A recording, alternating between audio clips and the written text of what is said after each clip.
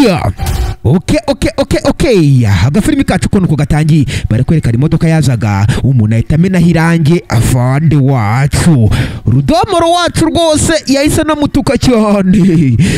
Ibi ni ibiki kandi afande byaramucanze arahaguruka muri ubwo buryo. Afande Stevo wacu rwose yaragiye kwirira none dore ibyo wamukoreye. Wana kiriya cyagiye kimutuka muri buriya buryo rero sasa cya Rudomoro.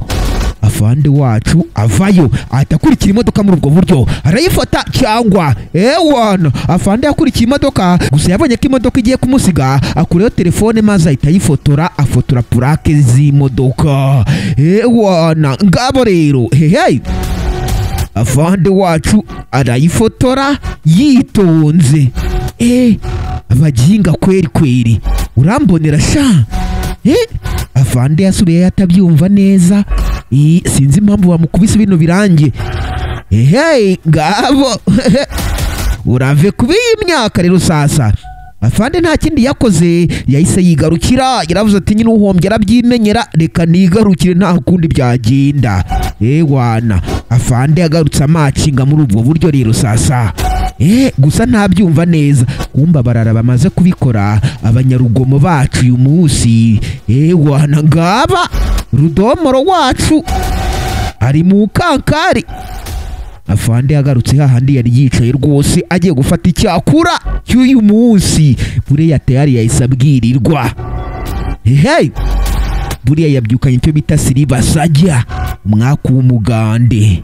Haya base afande yaraje ageze hano atangira kureba kuri telefone yitonze.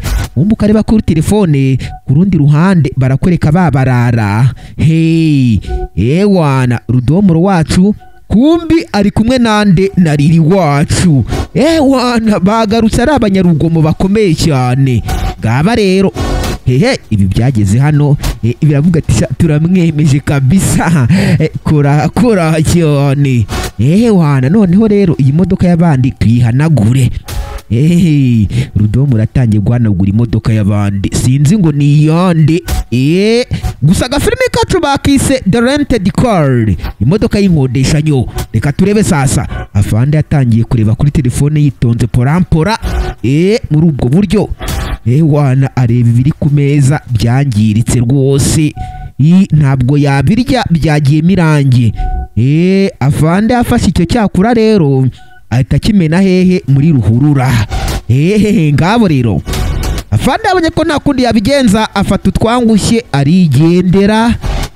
Aravuga ati n'ubundi nyine ubwo nta kundi byagenda nawe uramukanye umwe w'umugande siribasajya. Afande yarigendeye muri ubwo buryo rero sasa.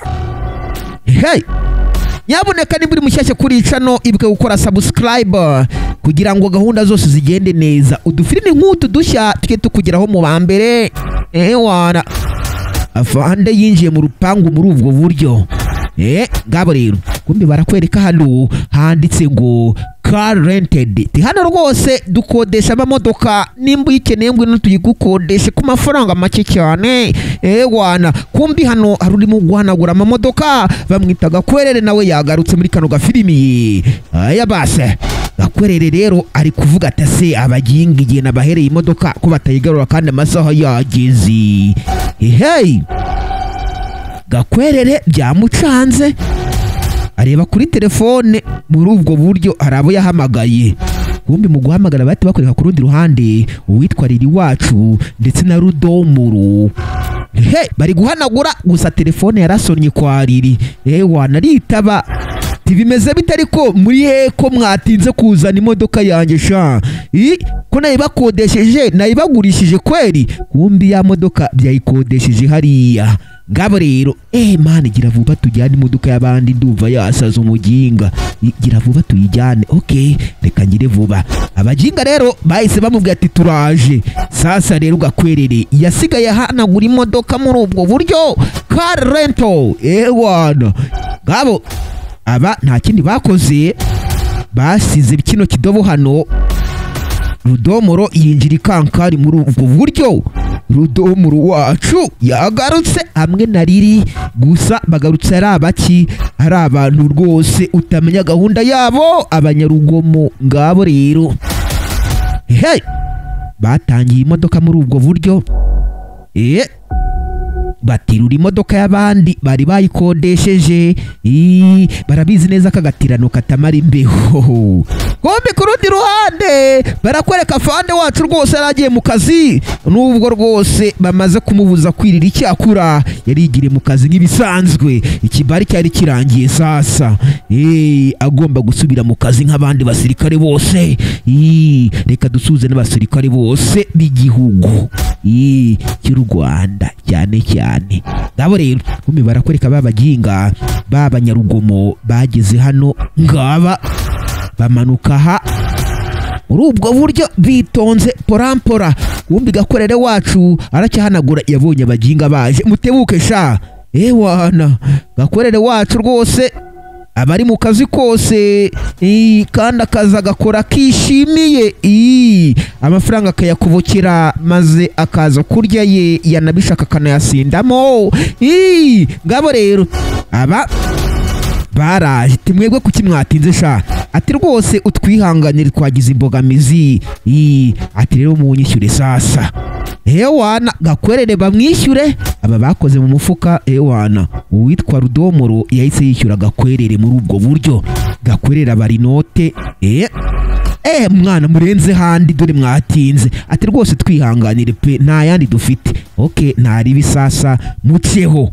Wana Gakorere yasozanyije nabo muri ubwo buryo. Aba baragenda muri ubwo buryo barizamukira, bari bavuye gukora urugomo. Ngabo rero Gakorere yacekinze imodoka kari nzima rwose. Kumbi hari uwazaga muri ubwo buryo. Wana uyu nguyu ni Mababa wacu. Mababa nawe rwose yaraje azaniye boss amazi. Wana busigaye hano uhanaguriza imodoka, ndaje kabisa ndaguha igiceri, sibyo Mababa we? Ati nta kibazo boss. Mababa wacu rwose akazi kose aragakora, ni tuturavu. Wana Gakorere wacu yaraje yikubita muri iyi kankari, ajya gucamo, ajya muri karitsiye rwose kumva uko wese agira neza. Gusa mwibuke iyi modoka hari umufande wayifotoye kare. Iyi modoka rwose yakoze urugo mu mufande arayifotora. Ngabo rero ako kantu ntukibagirwe. Wana Gakorere wacu yinjiye muri iyi modoka, nta kindi yakoze, yahise afatiraho muri ubwo buryo. Nyabuneka ari nako nanakubwira gukora subscribe nimba uri mushyashya kuri shano kuri shene. Wana Gakorere wacu yaragiye muri ubwo buryo rwose mu modoka nziza nk'iyo. Barakwereka afande wacu ku rundi ruhande nawe ari kuza macinga porampora. Gakorere nawe bakakwereka ku rundi ruhande ari mu modoka ye nziza yiguriye, usibye kayikodesha abantu. Ngabo rero Gakorere wacu aracyamanuka. Karitsiye zo nizo, karitsiye zo nizo z'ubwenge zo muri Nigeria. Wana turakomeje. Gakorere wacu yaraje aparika hano. Yaraje aparika hano muri ubwo buryo, asoje ava mu modoka yaguze, amafaranga ye yakobokeye muri ubwo buryo rwose. Ahita agenda gufata rimwe. Gakorere wacu, afande wacu yaraje yitegereje ku ruhande hano. Darota abona imodoka asa nk'iyo yafotoye kare. Nta kindi yakuze afande, yakuyemo telefone fasta. Afande wacu ahita yitegereza iyi modoka ndetse na purake zayo muri telefone. Arebye abona niyo. Wana iyi niyo kabisa. Afande yaratatse. Uzika ariyo sha. Noneho reka mpangane n'umuntu ugirimo sasa. Kumbi ku rundi ruhande barakwereka babaginga bya bisambo b'abanyarugomo bari kuza bidoga, twamuhaye koko. Kumbi uko bidoga ku rundi ruhande afande arategereje hano ku modoka. Kumbi Gakorere wacu yaje yinjira mu modoka kuko nta kintu wabiziho mu byibuka neza, yari yayikodesheje. Wana afande yaramufashe. urushyi rwa mbere kandi rwiza rw'inzobe. Yewe gadata we, Gakorere wacu aravuga ati se uri kumora iki? Afande uri kuntiza iki? Ati wa muginga we uri kwisobanura sha, umutega aba yawuriye. Gakorere iki yaraziriye, yatangiye gukubitwa imiripuro muri ubwo buryo. Wana ndazira iki afande we? Urazira iki sha? Ngwino nkujyane wa muginga we. Gakorere wacu rero yazize ibyo atazi, kumbi barakwereka babaginga babikoze bari kuzamuka. Gakorere wacu nawe baramuzamuye muri ubwo buryo rero. Sasa Gakorere rero baramujyanye muri buriya buryo. Wana bari abaginga bitegereje hepfo, bahita babona afande azamuye Gakorere kandi bubi na bwiza. Wana barabibonye dukeho sha, bahise bayabangira ingata, ndavuga amaguru. Uvuga agafilime kacu rero nako ni nuko kahise karangira. Ibyacu byo nibitinda. Nyabuneka hano harimo isomo rigira riti mwirinde guha ibinyabiziga abantu bose mubonye, kuko rwose ntiwamenya icyo baba bagiye kugikoresha. Mujye muha abantu ibintu byanyu mwizeye ko bashobora kubakoresha amakosa. Nyabuneka agafilime kacu rero nuko kagenze. Gakorere wacu baramutambikanye.